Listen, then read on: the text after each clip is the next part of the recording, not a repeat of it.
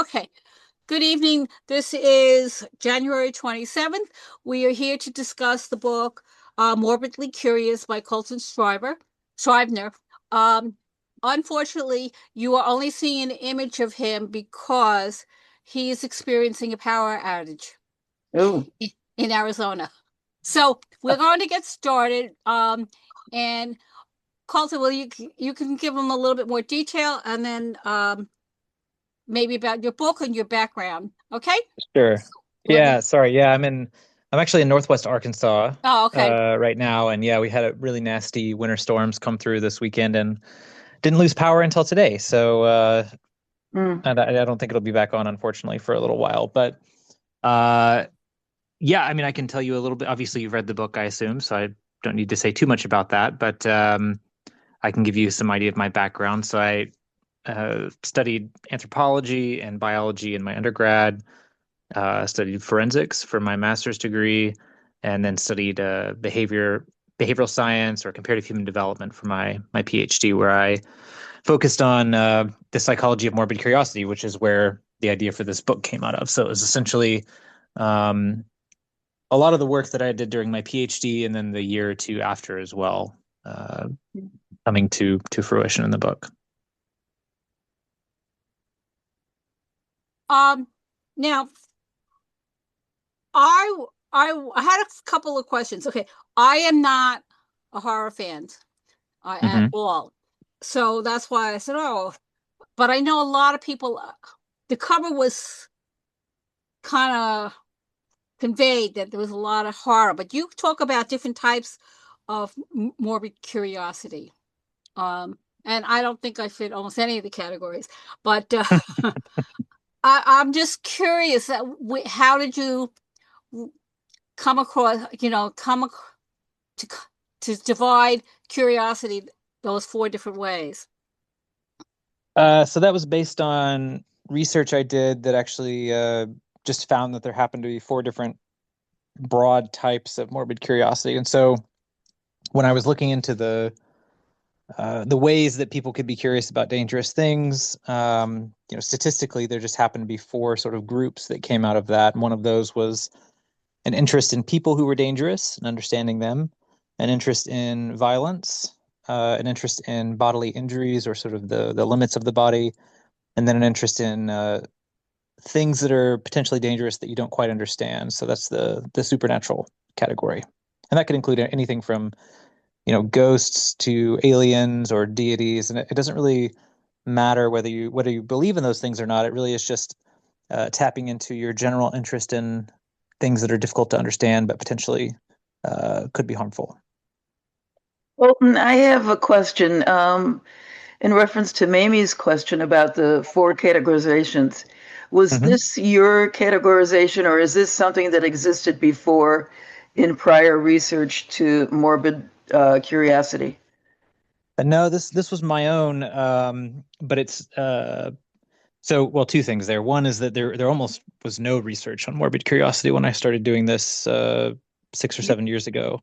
Right, that I Um, saw in your book, but I thought there might have been some prior. But go ahead. I'm sorry.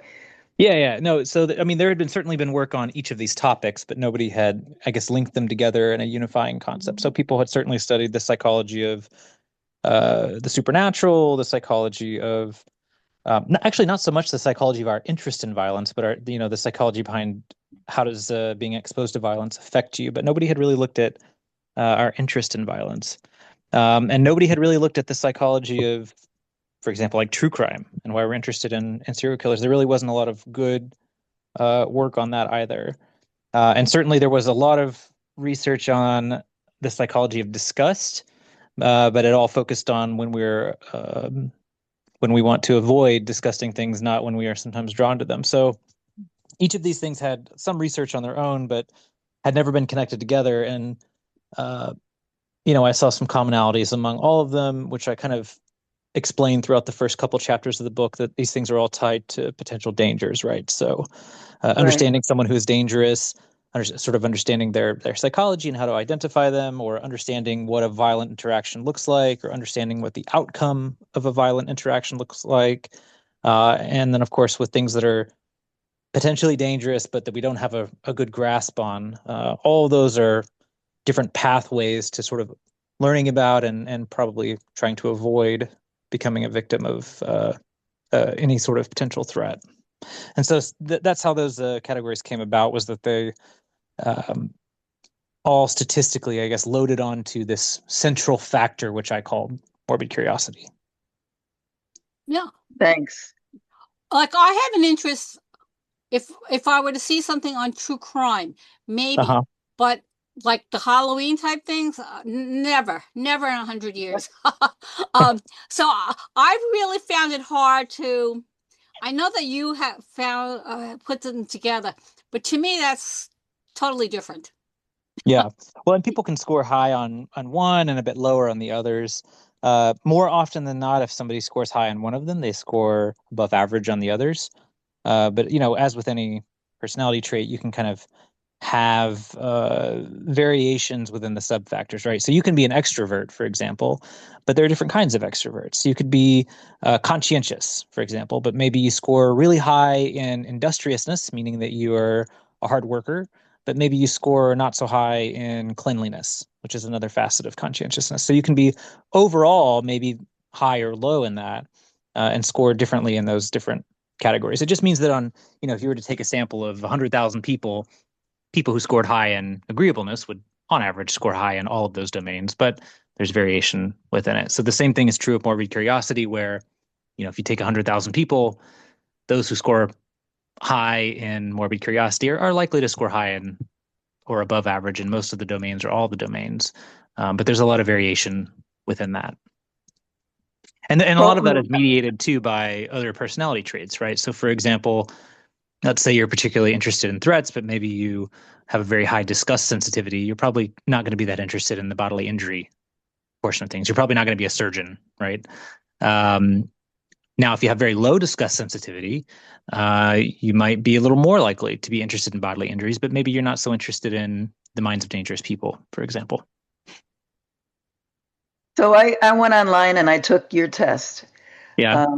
And it was simple and it was kind of fun. And I went through really quickly because I was trying hard not to let any bias interfere with how I wanted to appear, etc. But you know what? Two things. Number one, I was biased because I had finished reading your book. And so I wanted to appear like I was morbidly curious because clearly you value that. And there I was thinking, well, I'm going to be the good student. But I found that when I went through it quickly, the one thing that I absolutely hate, I'm with you, Mamie. I will not watch a horror movie. And the only time I ever watched a horror movie was my husband's grandmother. Grandma sat her once, and she wanted to watch horror movies. So I was forced into watching horror movies with this 87-year-old lady. It was kind of funny.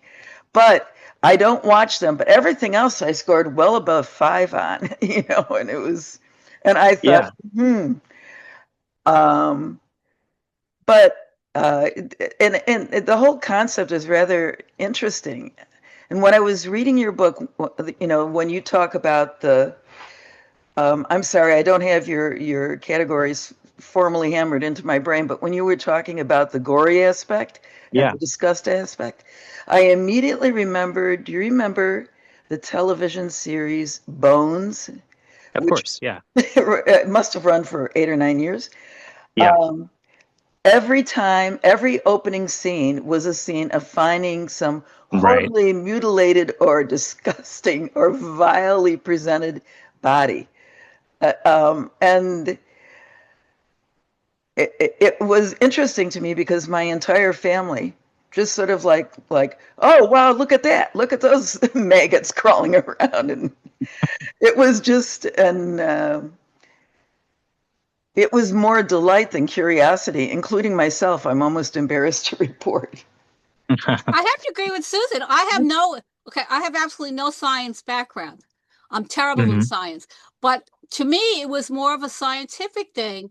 I didn't see the gore in it, and that's like I don't know. I guess I have no curiosity, but It was more that there was a scientific background. And is that considered morbid curiosity then? I don't Yeah, know. I would say that contributes to it, you know. So if going back to the surgeon example, it'd be really difficult to be a surgeon if you were not interested in bodily injuries, right? You might be another kind of doctor. You might be a radiologist or something that's still about injuries, but in a very abstract way, at least to the way that humans historically would have understood injuries. Um, but yeah, it would be difficult to be a surgeon if you were grossed out by blood and guts, and I think that it contributes to an interest in those things. It's not the only determining factor, right? There are other reasons someone might become a surgeon, um, or a mortician, or any number of jobs that sort of require that thing. So, for example, a criminal profiler probably has to have some interest in the psychology of dangerous people, or else they would have picked a different job, right? They would have picked maybe an equally risky job or an equally time-consuming job, but just not one that focused on the minds of killers.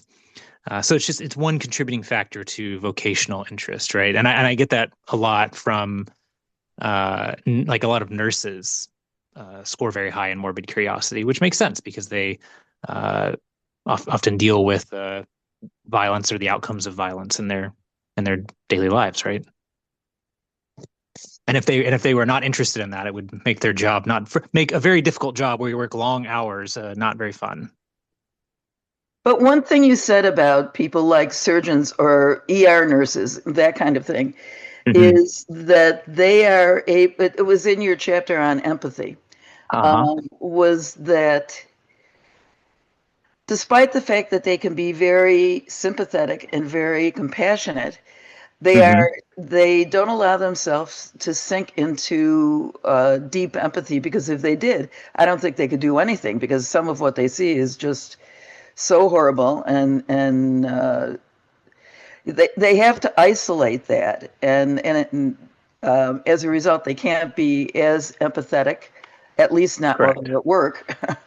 um, Correct. Yeah. And I think, and this is maybe the topic of another book I'll eventually write, but I think, you know, we have, and I talk a little bit about this in chapter 8 on empathy, but I think we have um, fundamentally misunderstood what empathy really is, and yeah, fundamentally misunderstood what some traits like psychopathy might actually be. I think they're really more about um, a switch, right? It's more of an ability to turn something on or off or up or down more than it is you either have it or you don't.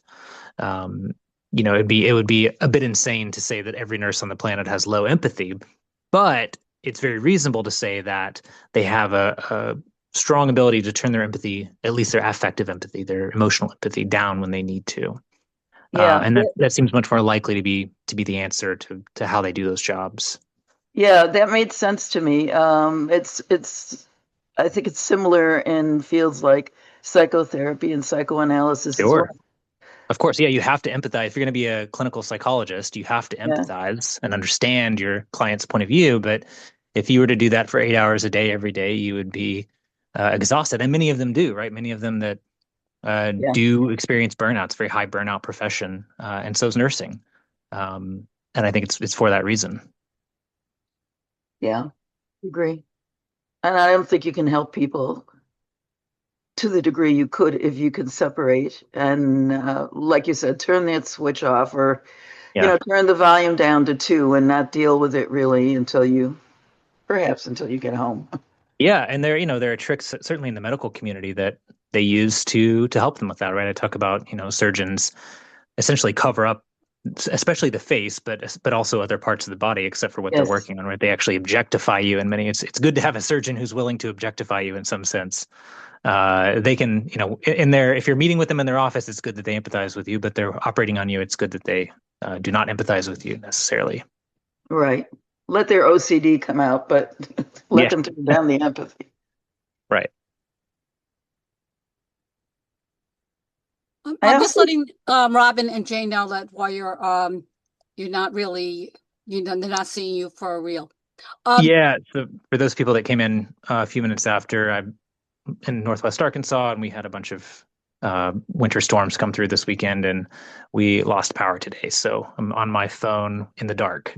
So if I were to turn on my video, it would just be dark anyway. So, well, um, we had our winter storm, more snow that we've had since 2021 or something like that. Same here. Yeah. We didn't had lose something like, power. I mean, most of us have not lost power, but people where are are you all still located? trying to dig out. Where are you all located? Long Island. Long Island. Long Island. Okay, yeah.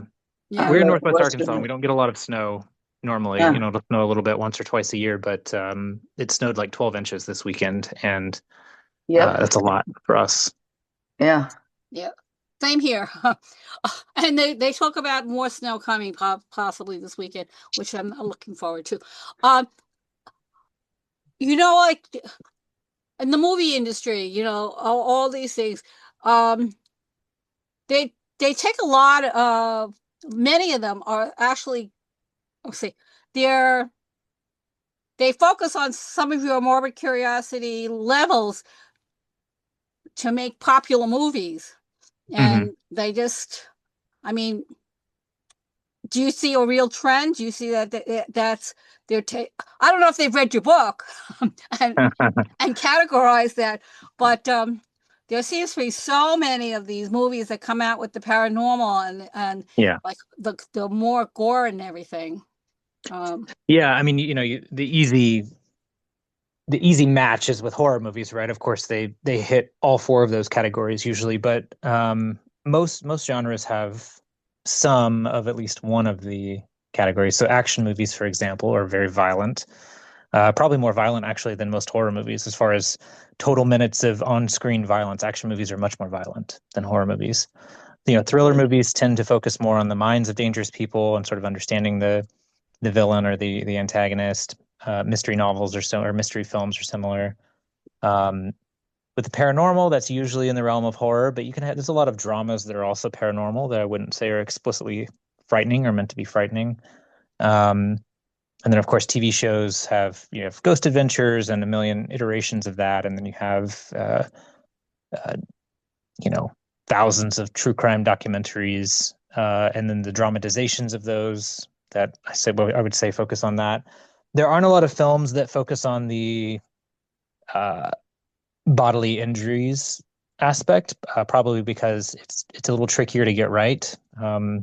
It's like a really potent spice, right? If you add too much of it, it ruins the rest of the meal. But a little bit can kind of bring out certain aspects of the story, and so it's often used as like a plot point or a hinge upon which certain parts of the plot can rotate. But films that put too much of it in tend to drive people away. That's very interesting because the series that many people have been watching, The Pit. I haven't seen The Pit.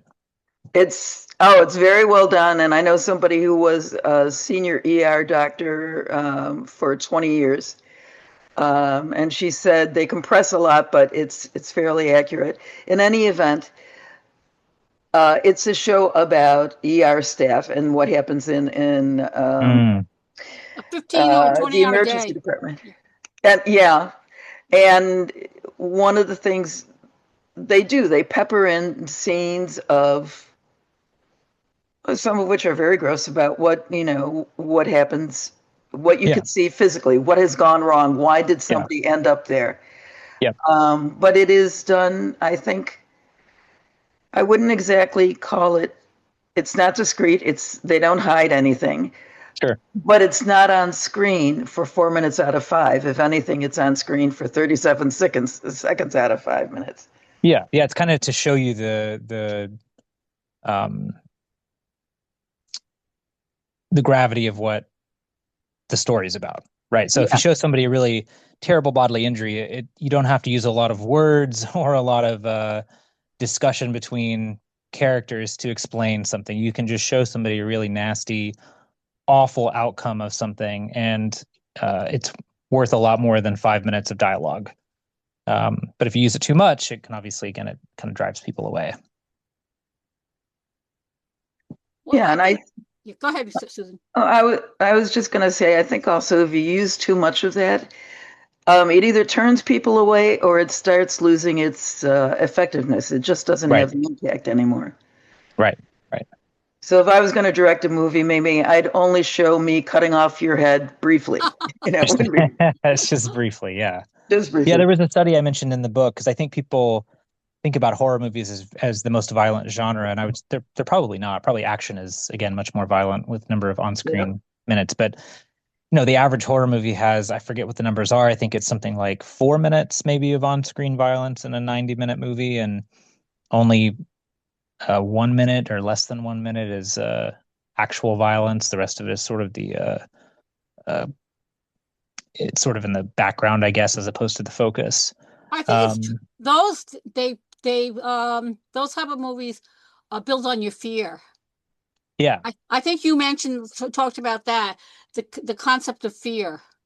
And yeah, so if I show you a really bad bodily injury, it gives you a sense of the thing that caused it, right? So if I show you a broken finger, that gives you a sense of how strong something could have had to be to break a finger. If I show you an arm that's been pulled off of the body, that shows you that something much stronger caused that, right? Something that probably is more, you should be more fearful of. And so you can use that as a way to sort of scale the threat that you're presenting in the film or the danger you're presenting in the story. Again, in a very quick and efficient way. You don't have to describe how big or bad the monster is, and you never actually have to show the monster, right? You don't have to show the monster if you show the outcome of what happens if you interact with the monster, and then you let the audience's imagination, run away with that based on how scary they think it is. Do you remember the old sci-fi film, The Forbidden Planet, and I have the seen The Forbidden monster of Planet. the id? Yeah. You never see the monster of the id until the absolute very end, and even then you don't really see. You just see a sketch kind of thing, and yet it is terrifying. But you do get to see what happens to some of the individuals. Well, in that particular movie, when the id regains massive power and starts wreaking havoc. But you don't have to see the monster at all to be terrified of it. Yeah, well, and that film was very it was very meta in many ways because the monster of the id is in that they were, I think if I remember correctly in that film, it was the character's worst fears are the things that are terrorizing them, right? Yes. Yeah, and yes. so Their again, most if you horrible don't fantasies. exactly, and so you don't need to show those. So what that film was suggesting is that you can write something very scary without actually showing the monster, as long as you show the outcomes of interacting with that monster, or sort of the trail it leaves behind, right? And let people's imaginations run wild with that, and they can come up with something much worse. Your imagination can scare you much worse than anyone else's imagination can scare you. So no matter what kind of monster I create or how much money I have with special effects, I can't make something that's scarier than what you can imagine in your own mind. You know what I really liked about your book, and it was how you clearly and kind of repeatedly, but without beating a dead horse, you did so with different examples, showed how this the reason why all this happens is that the brain wants us to survive. So it's going to do anything it can to help us to survive. So a lot of this is rehearsal or becoming inured to certain situations so that you can act instead of freeze. And it's your brain pulling it all together. And that happens in so many areas of cognitive functioning. But I thought you drew some really nice pictures of that. So, yeah, I mean, it would have been a very short book if I would have just been to the point. I could have finished it probably in about a paragraph. But it's usually not very convincing if you just tell people something. You kind of have to show them from a lot of different angles, and usually one of those will resonate, and then the others kind of click into place once the one that resonates hits them. Right. Yeah. Well, that's very interesting. Okay, your background. How did you sell this book?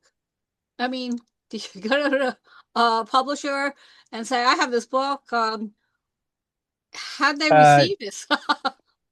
No, actually, they came to me and asked me to write a book. So Penguin asked me to write this book, and I, of course, then had an offer from a publisher, so it made it very easy to get a very good agent who then went out and tried to sell it to other publishers. But it ended up back at Penguin anyway because they, I suppose, wanted it the most. But no, my work had gotten some press around 2020 in a lot of major outlets, and I think that's how Penguin found me. And I think they recognized that, this is a topic that kind of everyone knows about, but nobody had really done the research on it, and certainly nobody had written a real science-based book on it. Mm. So they reached out to you, and so you wrote this rather quickly then. Well, I didn't write it quickly, but I did write it. I made the decision to write it very quickly because I wasn't planning on writing a book. I was in grad school. I was working on I hadn't even started my dissertation when they reached out to me. And so I sort of wrote this alongside my dissertation. So I got the book contract in 2021. I believe they reached out to me at the end of 2020. We signed a contract in summer of 2021. I asked for 2 years to write it because I was still in grad school and still had to write my dissertation, which is a whole other book. And then there was a year of edits, which is pretty typical which is what they told me to expect, when I signed the contract. And then there was a year of between the final draft and publication date, which again is pretty typical for, I think, a Big Five publisher. Well, so now you said that your dissertation is a totally other book. Is that going to morph into a book? Or is that something? No, well, totally other book in the sense that it's a 190-page or so document, on the same topic, fortunately, but written in a very different kind of way, written in a much more academic sense, and does not cover the same topics in the same kind of way, but it is about the same topic. So it's not going to be a part two. No, not for this book. I mean, there are other ideas that I have for books, but I don't. There's not enough. There was barely enough research for me to write this book because it was such a new field, and so I don't think there will be enough for a revised version for a while. Because a lot of the stuff in the book too, I try to make it clear when I'm speculating, but a lot of it is speculation because the research just hasn't been done. Right. And so, in this book, it was much more fun to write than my dissertation because I was able to do that. Right, I was able to take things that I had been thinking about that I just simply didn't have the time to do the study, or the study was infeasible, or any number of reasons why it hasn't been done yet. But it was kind of a mixture of research that I had done, synthesizing research other people had done, and then speculating on what might be based on those things.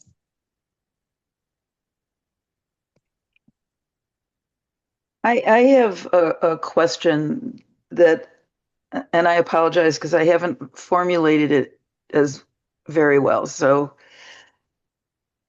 there have been a couple of articles published, and there was a book published, I guess about, 3 to 5 years ago, called The New Evil.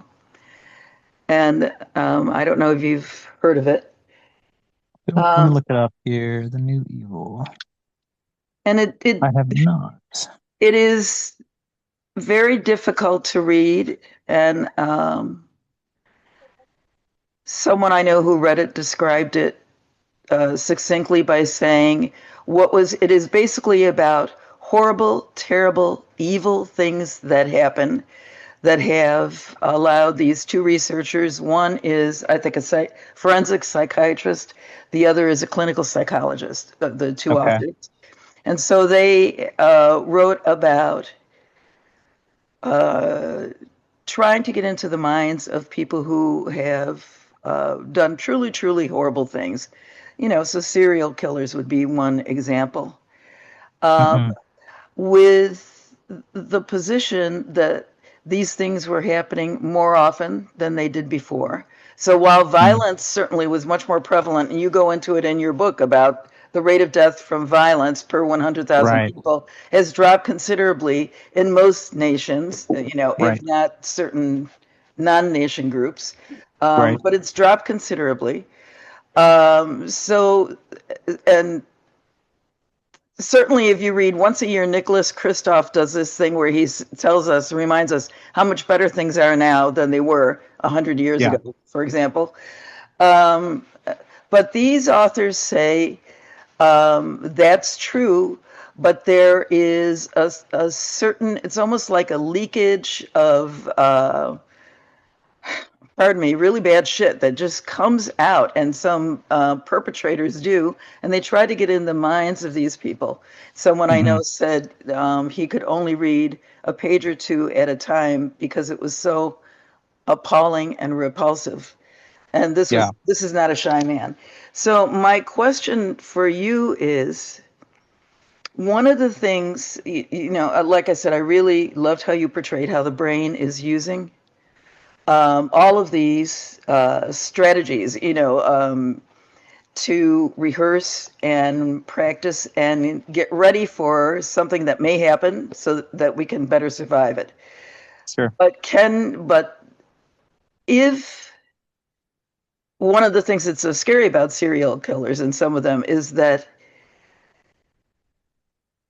I don't care how many documentaries I watch, it's almost like there's no predicting what has gone horribly wrong with them, either innately or with early childhood experiences or whatever. There's no predicting what's going to happen. And there's literally no recognizing them. You talk about that when you talk about Ted Bundy.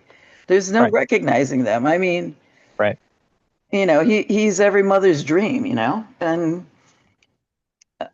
so I guess my question is, how can it's like being surrounded by dinosaurs. How can you address or anticipate or rehearse or practice to survive this kind of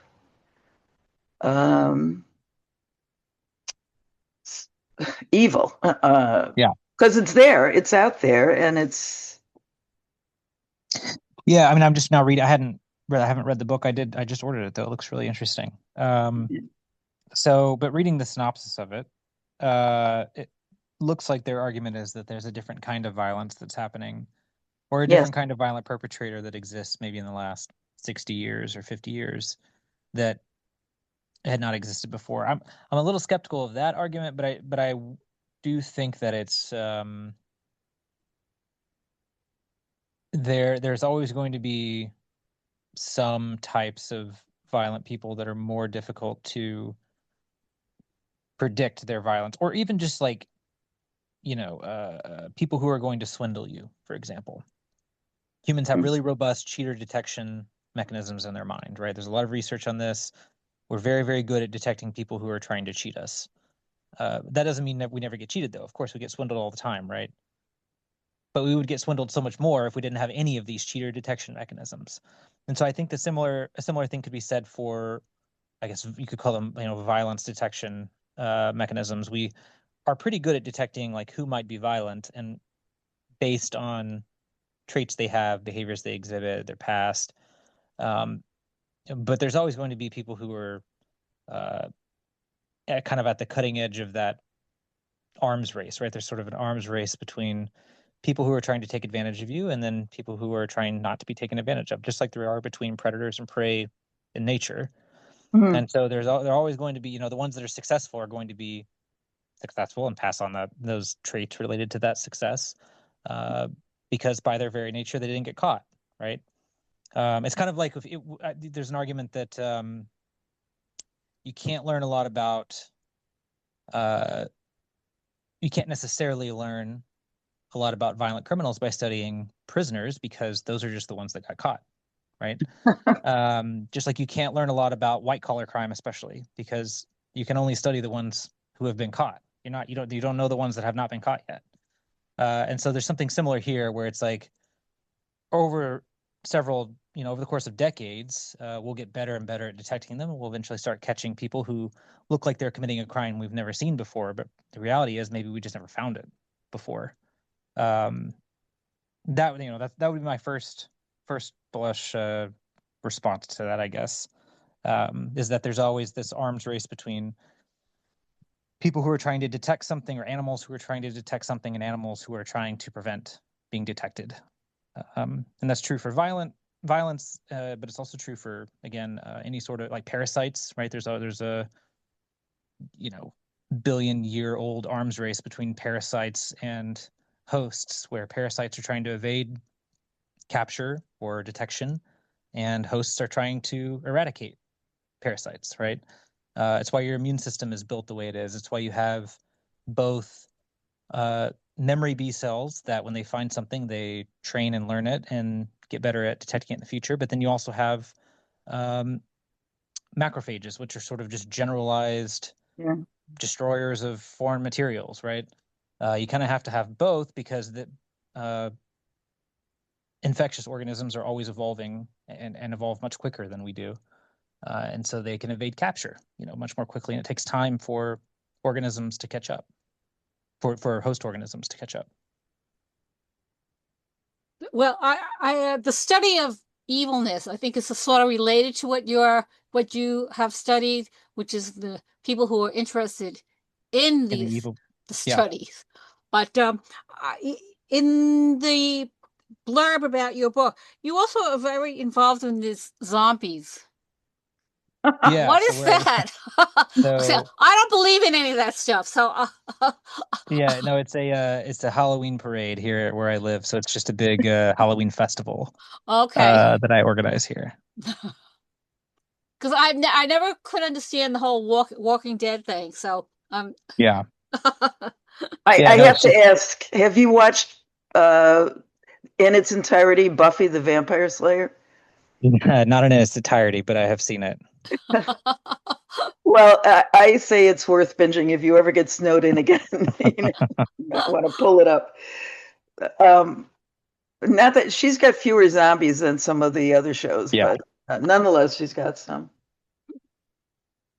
I have to say, in your chapter on vicarious violence, which I thought was really excellent, and I had 5 brothers and I have 3 sons. And my sons grew up just when video games, including games like Mortal Kombat, etc., were hitting the streets. And it was, it was a constant, should we let them do this? Should we take it away or should we play it after midnight when they're asleep? It was, but I translated it, and I know this isn't fair to you and this isn't on you, but I translated it into it just came to me into today's political scenario about, he or they who are biggest and can show the biggest club tend to get the most compliance, at least initially, until people figure out how to surround them and bring them down from behind. Right. And it's sort of like I won't even talk about our current president, but when you think about China and the ships that it placed around Taiwan, or even us and the ships that we placed and continue to place around Venezuela, it's somehow, to me, that was a very strong parallel. Yeah, I mean the same psychological mechanisms that work interpersonally work also at like a diplomatic scale, right? It's the same mechanisms because it's still people engaging those mechanisms, right? So it's the same mechanisms.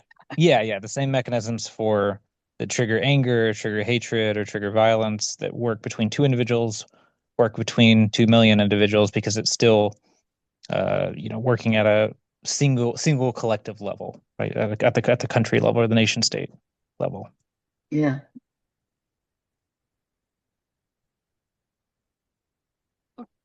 And I thought also you're pointing out that your environment can very strongly influence how you react. So you described the haunted house, your evening in the haunted house, and how you don't believe in ghosts, et cetera, but how, despite that, you felt something. And it's very interesting. So there are those experiments that were done, at least 40 years ago, where some poor undergraduate is roped into a room and listens to people basically gaslighting her and ends up semi-believing what they're talking about because 4 other people around here are swearing they see or they feel or this has happened. Yeah, Once that you was know, I think it's maybe Solomon Ash, I think, that did that study where you have two lines and one is clearly longer than the other, yeah, and you have a research participant who's in a room with five what you call confederates, like in the lab. So confederate is just someone who is actually a researcher who pretends to be a participant. right. And so this person is in a lab and they think they're in there with five other participants. And the researcher shows them two pictures and one, again, of two lines, and one of them is clearly longer than the other. And when they go around the room and ask the participants which line is longer, all of the Confederates say the shorter line is longer. And more often than not, the research participant will also say the shorter line is longer because they don't want to look like a fool, because they think they maybe have missed something or um, misunderstand something. And so they kind of go along with the crowd wisdom. But also, your brain can set up certain expectations, and you operate and see things within those expectations, or at least the Right, right, expectations help to frame whatever you're seeing. Uh, right. So Certainly, when you say that you've done this research and there's very little research, um, is anyone else following up on this? Are you teaching classes? So I would say, when I first started doing this, there was nobody who was doing experimental studies on anything like this. And in the past, like 5 years or so, I mean, I get emails, once a month or so from the first couple of years. It was undergraduates. Now it's starting to be master students and PhD students who are doing studies like this. So I think in the next like 5 years, there's going to be a big boom of research on this. But it started with, it's not professors have built most professors have built their own careers around something else, right? So they're kind of focusing on that. And so, but I have noticed in the past 5 years, it again kind of started out as undergrads and even high school students who would reach out and be like, hey, I'm interested in this, here's my project, can you recommend anything? And now it's much more frequent, and it tends to be masters and PhD students who are working on topics like that. So I do think that, the next sort of wave of researchers there'll be a handful of them at least that are studying this, which is better than zero. yeah. Well, that means, Colton, you have to write the reference textbook within the next 5 years Yeah, yeah. I don't in even know your if there's spare enough. time. I don't even know if there's enough data for that. I think it would take. Yeah. They have to do some research first before we could write something like that. Yeah. Well, that's true. Well, I appreciate you coming on under the circumstances, and we've had a lot of Zooms. We've had Zooms from all over the world, um, but we've never had one that had no power. Yeah, yeah. I guess otherwise I would just be sitting in the dark doing nothing. So it's worked out for me just fine. But sorry that I wasn't able to be on video. Well, I appreciate that you coming on, and Yeah, of course. we will be sharing this with our readers because I know that we had a number of the books were taken out. A lot of people sometimes I just can't make it on that particular night, but they do like to see the recordings. And even though they're not going to they're only going to get a static picture of you. It was very interesting conversation. Okay, so I'll let you go, and hopefully you get your electricity back sooner rather than later. Thank Hopefully you so so. much. Yeah, thank you so much. Okay. All right. Bye-bye. Thank you. Bye.